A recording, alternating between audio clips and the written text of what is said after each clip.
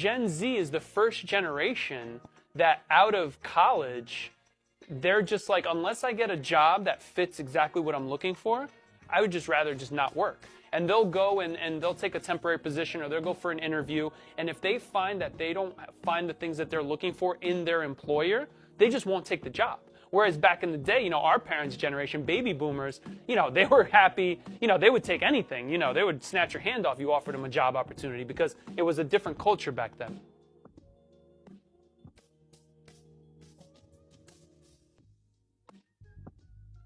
Come to the realization that I just don't want to work anymore. Like, it doesn't matter the job, the career path, the location. I just don't want to fucking work anymore. Here's the real reason why Gen Z doesn't want to work. Kids these days, they don't want a hard days of work at all. They just want to quit their jobs and be on social media all day long. Yeah, it's actually a lot more complicated than that. We want to quit because we're being taken advantage of, put in huge amounts of debt, and not paid properly. See, because while you were working in the 80s, your salary could actually afford you a decent lifestyle, but let me just show you the numbers. Since 1970, home prices have increased by 1,608%. If we compare minimum wages from then and now, in 2022, minimum wage is 40% lower than what it should be compared to 1970. But anyways, the same home that cost you $100,000 in 1970 costs you $710,000 now. All the while, wages have remained stagnant. Okay, sure, but that's just the way things are now. We had struggles too. Live with it. Yeah, kind of hard to live with it when college has increased by 2,000%. Tuition used to be $1,700 in 1970. And in 2020, it's about $38,000 a year. Follow for more. You guys, I don't know if I have it in me to do this anymore. So it used to be that you could pay the bills on one full-time salary alone. And so that's how we measured dedication and work ethic, was how you performed at that one job. In the same breath that they call us lazy, they also mention, oh yeah, they can't afford to do anything on these full-time salaries. And God forbid, we take the full-time jobs a little bit easier than boomers or Gen X might, because we're working 2 to 3 jobs and trying to avoid burnout. So here's my proposition to millennials and Gen Z. I think we should flip the script and just start calling them lazy because they only work one job. Gen Z, watch out. One of the hardest, most worrisome parts of this generation is they have the lowest sense of efficacy. They report an external locus of control, meaning they don't think they can improve their lives. See, millennials thought they could do anything, right? They are the Mark Zuckerberg generation. And that's why we had so many tech founders in that generation. We're not seeing that with these young people. They don't want to be in charge. They're afraid, and they don't feel up to it. A lot of Gen Z and millennials don't feel up to it because they feel like their task to achieve the American dream is just so overwhelming and daunting. They mostly say $125,000 a year is their minimum they need to be happy. Millennials go on even further that said they need $526,000 to be happy. For Gen Z trying to buy a home right now, their median home price is $402,000, which would put them somewhere around a $2,300 a month payment on mortgage just alone. That's with a $52,000 down payment, which is a 13% down payment, which would mean they would need somewhere around a $127,000 a year salary to afford this. We need to hustle in order to pay rent, pay food, and just survive out here. I got 2 jobs. I have 3 jobs. I work as a teacher, I work in retail, and I work in a gallery as well. So I have two jobs. Gen Z could be working more than any other generation. That's what the latest ABS data shows might be happening. Thank you. More than 900,000 Australians are working 2, 3 or more jobs, the most since records started. When you look at workers 25 and under, 9% are working 2 or more jobs. In 2017, it was under 6%, so year on year, that number's going up. And a lot of those young people juggling multiple jobs are also casual workers, which has experts worried there could be generation-wide ramifications, with low pay, long hours, and a lack of job security leading to widespread dissatisfaction, stalled job progressions, and just an unhappy workplace. 5%? Is this a fucking joke? That's not even covering inflation. Oh, anniversary salary increase came in. Please find an attached letter confirming your recent anniversary increase. 5%. Anniversary salary increase. 5%? Excellent. Time to splurge on a new tie for my collection.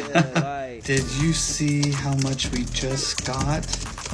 Let's just increase my 401k by 1%, I guess. Hi, honey. Good. I just got a little raise. Maybe we can get the steak for tonight. Definitely not staying another year. Like, after all that hard work, like, what the I deserve more, but better than nothing, I guess. They gave me like 5%. Like, how much did you get at yours? Yeah, I'm great. Just got a raise, so feeling like $1 million bucks. Go get a coffee. I just read something that seriously blew my mind. So the cost of living since the 90s has gone up 67% and wages have gone up 16%. Yet Gen Zs and millennials have been labelled the entitled generations, the generations that just want everything handed to them. But I don't know how anything is being handed to us when everything is so goddamn expensive. I did all the things that society told me to do. I went and got a safe job as a nurse, yet some days I was still struggling to put food on the frickin' table. So you know what I did? I did the entitled thing and I started a side hustle, so I was able to reduce my hours at work.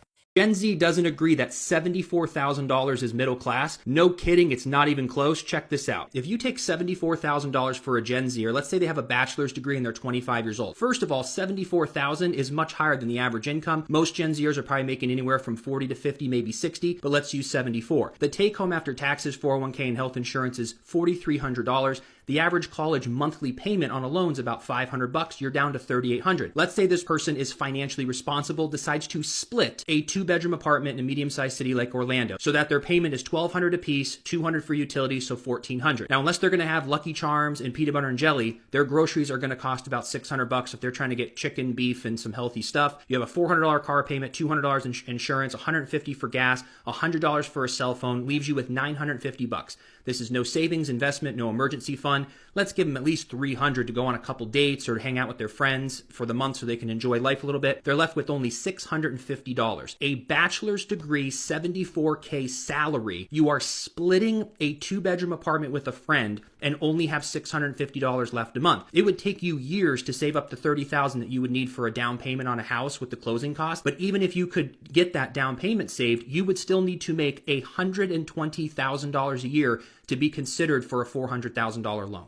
The middle class, the goalpost has been moved from $70K to $120,000 in just the past 2 years. Boomers shitting on Gen Z when they're the ones who created them. Do you know that 50 years ago there wouldn't be a single parent that went to a school and fought for a kid to get a better grade on their report card, and now that is common? People are like, it's social media's fault. No, it's not. It's parenting in the modern world is now about being your friend's kid, not their parent. We're not calling our kids out on their bullshit. You can't create fake environments. We've created an entire generation of zoo animals. Everything's nice and daisy. The problem is they turn 22 and they have to live in the real world. And then a zebra that grew up in the Bronx Zoo goes into the wild, dies within 3 seconds.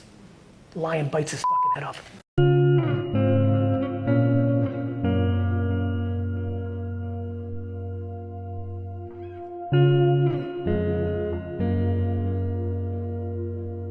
People always be like, what's your dream job? What's your dream job? To not have one, like, ever. Like, actually, I just don't want to work at all. Sorry. We're Gen Zs. Everyone thinks we're lazy at work. Wait, what do you actually do? We're Gen Zs. We take sick leaves for mental health. We're Gen Zs. We don't know how to make small talk. We're Gen Zs. We leave work on the dot. We're Gen Z. We use slang none of our coworkers understand. Millennials and Gen Z are not lazy. They are just fighting stagnant wages.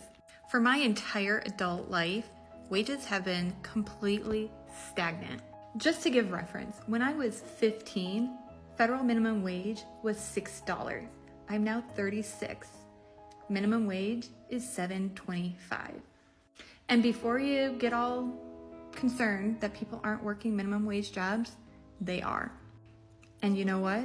Minimum wage was intended to be not just enough to make ends meet, but also to have a little bit extra. And that has not been the case for a very long time. We need leadership in this country at the local, state, and federal level that is focused on ensuring that all people working 40 hours has enough to cover all of their needs plus some. Make sure you vote. We need change. Does this make anybody else just extremely sad? Average salary that Gen Z needs to feel like they've made it is around $125,000. And I'm the eldest of Gen Z, which is kind of a unique place to be because I remember being told you have to go to college, you have to make 6 figures, this is how you make it. Now to see that kind of goalpost getting farther and farther away is just so depressing.